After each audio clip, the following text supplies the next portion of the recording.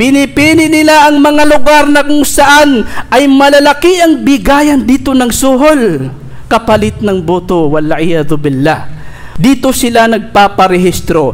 Yung iba pa ay sinasadya pa talaga na iuwi nila ng Mindanao sapagkat alam nila na malaki ang bigayan doon ng suhol. Fala hawla wala quwwata illa billahil aliyyil azim. Papaano natin makakamit ang habag at ang awa ni Allah subhanahu wa ta'ala samantalang ating isinasagawa ang mga gawain na kung saan ay nabanggit dito ng mahal na propeta sallallahu alaihi wasallam ang malaking kapahamakan. La'natullahi ala rashi wal murtashi. Sumpain nawa ni Allah. Isipin natin yun mga kapatid sa Islam. Ang propeta Muhammad sallallahu alaihi wasallam mismo ang humihingi ng sumpa mula kay Allah subhanahu wa ta'ala para sa silang mga taong nanunuhol para makuha nila ang mga karapatan na hindi naman nila pagmamayari at ganun din sa silang mga tumatanggap ng suhol mga kapatid sa Islam. Sa labas man o loob ng social media, kaliwat ka ng pagbabawal ng mga ulama, mayroong mga tao na hinahanapan pa nila ng paraan para ito ay magbukhang halal. Para ito ay magbukhang pwede mga kapatid sa Islam. Kabilang sa kanilang mga pangangatweran, sinasabi nila na ito daw ay ayuda o kaya sadaka o kaya regalo man lamang mula sa mga tumatakbo, mula sa mga kumakandidato. Anong masama kung ito ay tatanggapin ko? Mga kapatid ko sa pananampalatayang Islam, huwag po tayong magbulag-bulagan mga kapatid. Maliwanag pa kaysa sa sikat ng araw kung para saan ang perang yan. Hindi tayo kahapon lang ipinanganak mga kapwa ko Muslim. Hindi tayo kahapon lang ipinanganak para hindi natin maunawaan na yan ay maliwanag na may kapalit. Huwag po tayong magpasilaw mga kapatid. Kahit na mahirap tayo mga kapatid sa Islam, huwag nating ipagpalit ang ating dignidad sa ating pagiging mga Muslim sapagkat tayo ay mga Muslim na may dignidad. May paninindigan tayo dapat sa katotohanan. Kahit na anong mangyari, kahit na mahirap lang tayo, at least nasa atin ang ating dignidad bilang mananampalataya kay Allah. So hindi po yan ayuda, hindi po yan sadaka. Kahit na ibahin natin yung pangalan ng isang bagay na haram ay hindi ito magiging halal.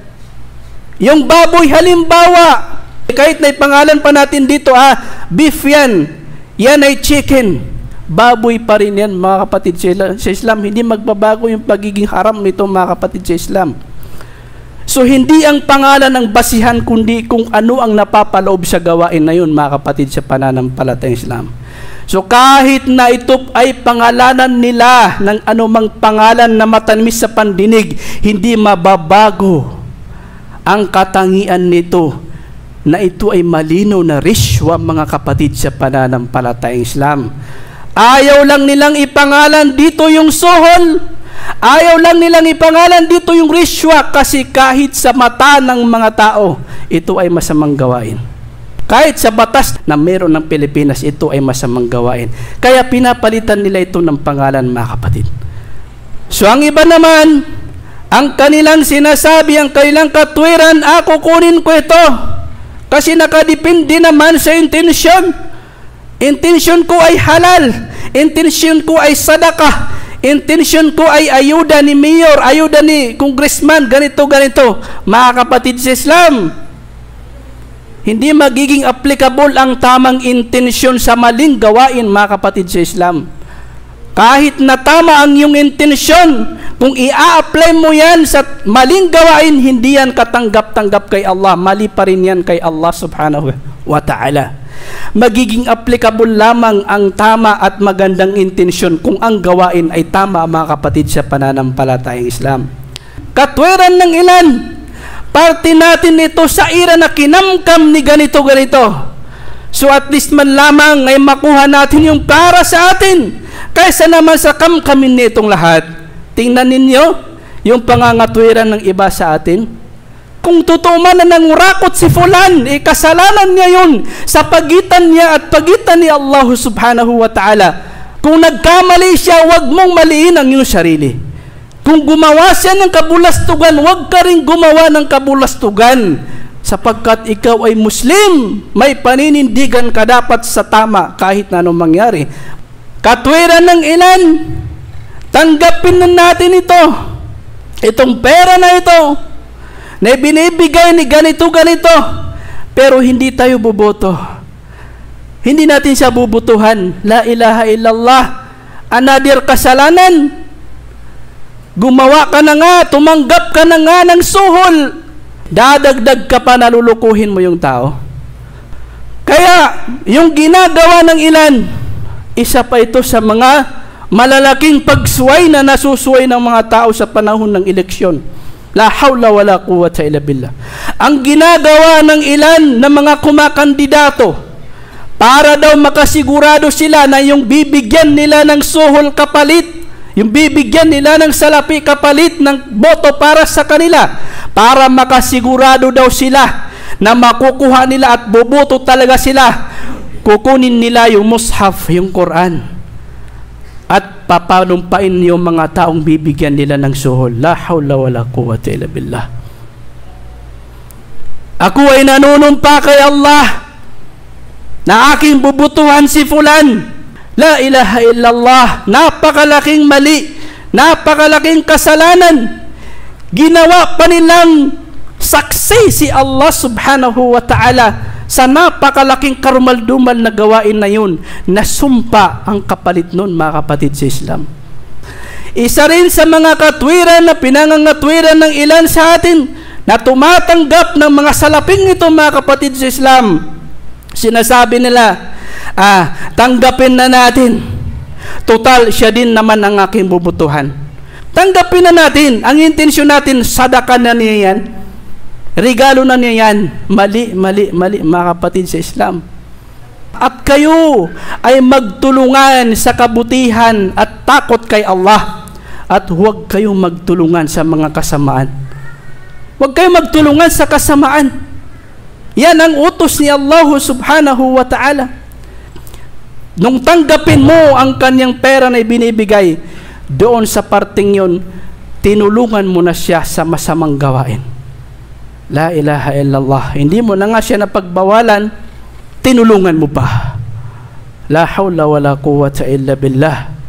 Yung iba naman, mga kapatid sa Islam, ilan sa kanilang mga katwiran, sige lang para hindi tayo makakain ng haram, kasi haram daw sabi ng mga ulama, sige, ibibili ko na lang ng kutsyon, ibibili ko na lang ng pinggan, ibibili ko na lang ng bag, ibibili ko na lang ng ventilador para hindi ako makakain ng haram. La hawla wala quwwata illa billah. Mga kapatid, nagkikipaglukuhan tayo kay Allah. Hinahamon ba natin yung galit ni Allah subhanahu wa ta'ala? Pareho din yan, mga kapatid. Ang minimindo na hindi lang pagkain, kundi yung paggasto sa haram, paggasto sa salapi na nagmumula sa haram na kaparaanan. Kahit na anong kaparaanan mo yan, pakinabangan kung yan ay nagmula sa haram, nagkakasala ka kay Allah subhanahu wa ta'ala. So hindi po yan tama, mga kapatid. Iba naman, ganito ang kanilang pangangatwiran. Kukunin ko para maibigay sa mga nangangailangan. La ilaha illallah. Si Fulan na may ospital, kailangan ni Fulan yung nasa ospital, kailangan niya ng tulong. Sige, importante mapagpatawad si Allah. Alam niya ang aking intensyon. Ya Allah, patawarin mo ako. Aking kukunin ang risyo na ito para ibigay kay Fulan na nangangailangan. Mali, mga kapatid sa Islam. Mayroon tayong kaida, mayroon tayong pagbabatas sa Islam. Al-ghayatu la tubarrirul wasilah. Ibig sabihin, hindi porke tama, maganda ang intensyon mo, ay kahit mali gagawin mo. Kasi magkaganon, okay lang pala mang-hold up para lang mamigay ng pera. Okay lang pala magnakaw para lang ipamigay sa mga nangangailangan. Pero hindi yan maari sa Islam.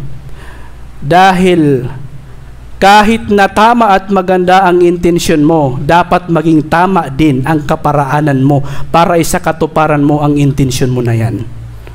Yan ang kagandahan sa Islam. Kagandahan sa Islam.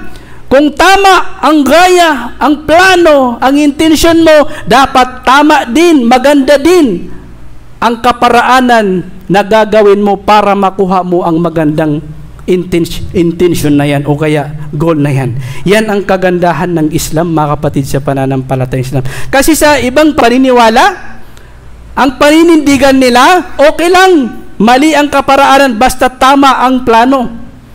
Basta tama yung layunin, okay lang. Magnakaw, basta ipamimigay sa mga tao, mga nangangailangan. Sa Islam, hindi ganyan. Dapat kung nais mo makatulong sa iyong kapwa, dapat gawin mo ang tama. Huwag kang gumawa ng mali para lang makatulong sa kapwa, kasi hindi rin yan tatanggapin ni Allah subhanahu wa ta'ala. So mali po, mga kapatid, sa Islam.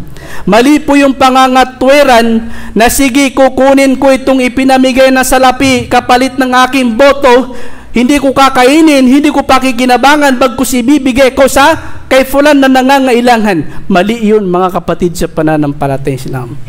Mga kapwa ko Muslim, mga kapwa ko mananampalataya kay Allah, kahit na po mahirap tayo, huwag nating ipagbenta ang ating dignidad. Mga Muslim po tayo, mga mananampalataya kay Allah subhanahu wa ta'ala, dapat manatili sa atin yung dignidad natin. Kahit na mahirap tayo, dapat nandito sa atin yung dignidad natin, mga kapatid, sa pananampalatayang Islam. Kahit na mahirap tayo, huwag sa haram, huwag sa mali tayo kumapit, mga kapatid. Andyan naman si Allah, mga kapatid. Mayroong tayong Diyos, Panginoon, na masasandalan natin, mga kapatid, sa pananampalatayang Islam. Na kung tayo ay magtatawakul at magtitiwala kay Allah ng tunay na pagtitiwala, mga kapatid, sa Islam, tutulungan tayo ni Allah. Tutulungan tayo ni Allah at ipagkakaloob niya sa atin ang kanyang mga biyaya sa atin sa napakagandang pamamaraan, sa halal na kaparaanan, mga kapatid, sa pananampalatayang Islam. Anong sabi ng mahal na propeta Muhammad sallallahu alaihi wasallam sa isang hadith na naiulat ni Ahmad rahimahullahu ta'ala? Innaka lan tad'a shay'an lillahi azza wa jalla illa baddalaka Allahu bihi ma huwa khairun laka minhu. Ayon sa malapit-lapit nitong kahulugan, sabi ng mahal na propeta Muhammad sallallahu alaihi wasallam, tunay na ikaw ay wala kang iiwang anumang bagay para kay Allah, para sa kaluguran ni Allah subhanahu wa ta'ala, maliban na lamang na ito ay papalitan sa iyo ni Allah subhanahu wa ta'ala ng mas mainam kaysa sa dito. Kaya itong kailang ipinamimigay sa panahon ng eleksyon, wallahi kung magtitiwala tayo kay Allah, iiwanan natin yung mga salapi na kailang pinapamigay sa panahon ng eleksyon para kay Allah. Wallahi al-azim, papalitan sa atin yan ni Allah subhanahu wa ta'ala ng mas mainam. At anong sabi ni Allah? وَمَنْ يَتَّقِ اللَّهَ يَجْعَلْ لَهُ مَخْرَجًا. At sino man ang katakutan niya si Allah, gagawin niya ang utos ni Allah at iiwasan niya yung ipinagbawal ni Allah. Sino man ang katakutan niya si Allah subhanahu wa ta'ala, ay ipagkakaloob sa kanya ni Allah ang solusyon sa lahat ng mga problema. Isipin niyo yun. Hindi lang isang problema, mga kapatid, ang bibigyan solusyon ni Allah.